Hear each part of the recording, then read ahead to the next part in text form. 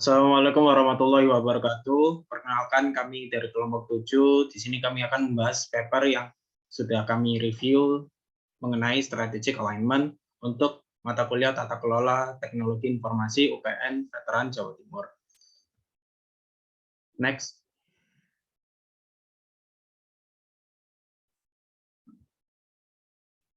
Selanjutnya kami akan mengenalkan diri kami terlebih dahulu. Nama saya adalah Haris Ervan Dito Putra Anandi dengan NPM 2008 2010 177. Perkenalkan, nama saya Muhammad Ali Berul Zafiri dengan NPM 2008 2010 165. Perkenalkan, nama saya Muhammad Abdul Aziz Mashkuri dengan nomor NPM 2008 2010 171. Perkenalkan, nama saya Khadijah Kansa Adifa dengan NPM 2008 2010 175. Perkenalkan, saya Jekal Wibawa dengan PM 2008 201 176. Next. Baik, untuk pembahasan yang paper pertama yaitu kami mengangkat studi kasus tentang penilaian strategic alignment model atau SAM dan pemetaan kerangka kerja COVID 4.1 pada PT XYZ. Di sini studi kasus dari paper yang diangkat, penulisnya yaitu dari Francisca Prihatini Silhotang dengan mengambil masalah tidak mengetahui model keselarasan antara SI Sistem Informasi dan Teknik Informasi terhadap strategi bisnis perusahaan tingkat kematangan dari penerapan SI. Kemudian untuk tujuannya dapat mengimplementasikan model SI atau TI yang terintegrasi. Kemudian metodenya menggunakan Strategic Alignment Model atau singkatan SAM dan Control Objective of Information Technology atau disingkat COBIT dan 4.1. Next. Selanjutnya untuk hasil dan kesimpulan, kemudian kelebihan dan kekurangan akan kami jelaskan oleh teman saya, Harits. Ya. Yang pertama di sini ada hasil berikut dari hasil poin pembahasan. Yang pertama ada analisis domain strategi bisnis dengan SAM. Analisis SAM ini digunakan untuk memberikan gambaran mengenai keselarasan antara strategi IT terhadap strategi bisnis dan model perspektif dari keselarasan tersebut pada perusahaan.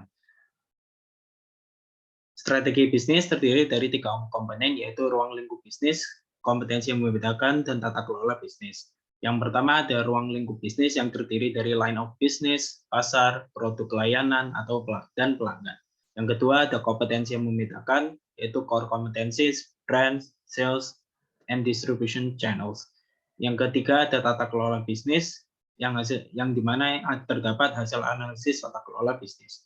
Kemudian ada analisis domain infrastruktur perusahaan dan berbagai proses dengan SAM, analisis domain strategi TI dengan SAM, analisis domain infrastruktur TI dan berbagai proses dengan SAM. Kemudian ada keselarasan strategi bisnis dan strategi TI.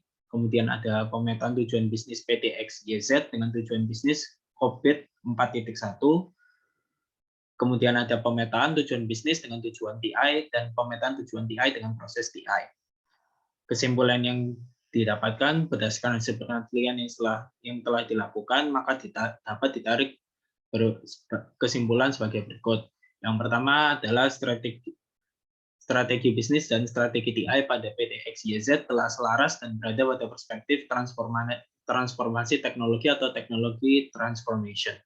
Yang kemudian ada proses TI yang harus diaudit adalah sebanyak 31 proses dari total 34 proses yang terdapat pada COVID 4.1. Kelebihannya sendiri adalah PT XYZ telah mengimplementasikan SI atau TI yang terintegrasi sehingga dapat meningkatkan efisiensi dalam proses bisnis yang diharapkan akan meningkatkan daya saing di pasar bisnis.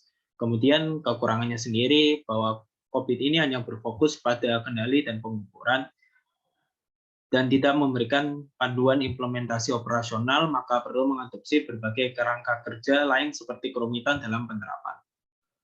Next.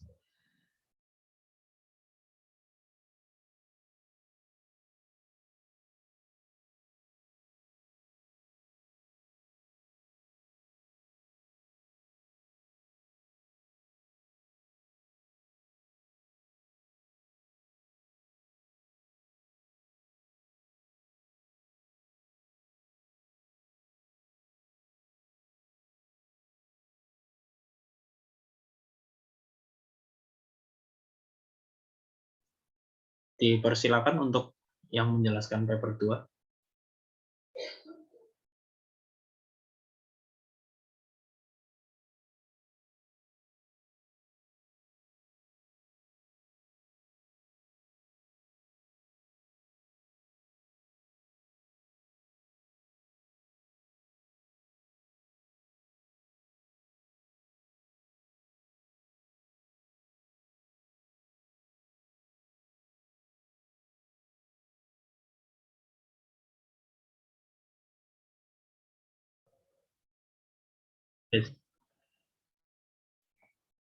Untuk paper 2 yaitu pemanfaatan model strategic alignment untuk penentuan layanan unggulan digital government service bidang kesehatan pada pemerintah daerah provinsi DIY. Penulisnya yaitu Erizal dan Ani Rosmiani. Untuk masalahnya yaitu Jogja Cyber Province merupakan blueprint yang menjadi acuan pengembangan e-government di daerah istimewa Yogyakarta. Untuk tujuannya yaitu pengembangan e-government di daerah DIY. Metode yang digunakan yaitu metode alignment framework, kerangka keselarasan dan metode penentuan kategori inisiatif unggulan. Next. Untuk hasil dan kesimpulan yaitu 1. Dokumen teknis rinci, detail technical design. Yang kedua, roadmap pengembangan DGS 2 tahun berikutnya. Nomor 3, website Jogja Sehat sebagai layanan kepada masyarakat yang berbasis digital. Yang terakhir yaitu nomor 4, registrasi online tenaga kesehatan bagi tenaga kesehatan di lingkungan pemerintah Provinsi DIY. Pengembangan DGS bidang kesehatan merupakan inisiatif yang dikembangkan guna mendorong pemanfaatan teknologi ICT seluas-luasnya bagi masyarakat dan pemerintah untuk meningkatkan interaksi satu dengan lainnya, untuk memperoleh pelayanan kesehatan yang interaktif dan dapat membantu tenaga kesehatan di wilayah tersebut. Untuk kekurangannya itu membutuhkan biaya yang cukup besar dalam pengimplementasiannya. Next. Kemudian paper 3 dengan judul kinerja perusahaan dan keselarasan strategi dengan intensitas persaingan dan kecanggihan praktik akuntansi manajemen. Dengan penulisnya yaitu Sekar Akom Faradisa dengan masalah apakah keselarasan strategi memberikan dampak pada kinerja perusahaan. Tujuannya menentukan apakah keselarasan strategi memiliki dampak buruk jika diimplementasikan terhadap kinerja perusahaan. Metode penelitian. Yang pertama, sampel yang digunakan fokus pada unit bisnis dari industri manufaktur di Indonesia. Kedua, data yang digunakan adalah data primer yang dikumpulkan melalui survei dengan mengirim kuesioner kepada responden potensial. Yang ketiga, alat analisis yang digunakan dalam penelitian ini adalah analisis cluster. Keempat, uji independent sample dites dilakukan untuk menguji perbedaan respon atas variabel intensitas persaingan dari responden pada 2 jenis pengumpulan data. Selanjutnya, hasil dan kesimpulan. Hasil ini menunjukkan bahwa keselarasan strategi tidak memberikan dampak pada kinerja yang ditunjukkan dengan tidak adanya pengaruh yang signifikan pada interaksi antara strategi dengan variabel kontingensinya. Hasil dan kesimpulan. Hasil ini menunjukkan bahwa keselarasan strategi tidak memberikan dampak pada kinerja yang ditunjukkan dengan tidak adanya pengaruh yang signifikan pada interaksi antara strategi dengan variabel kontingensinya. Keselarasan strategi atau strategic alignment tidak mempengaruhi kinerja perusahaan.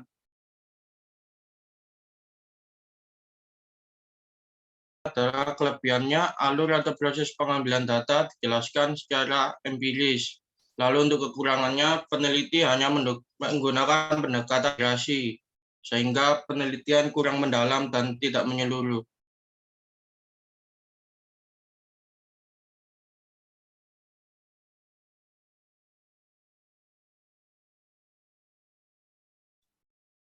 Next.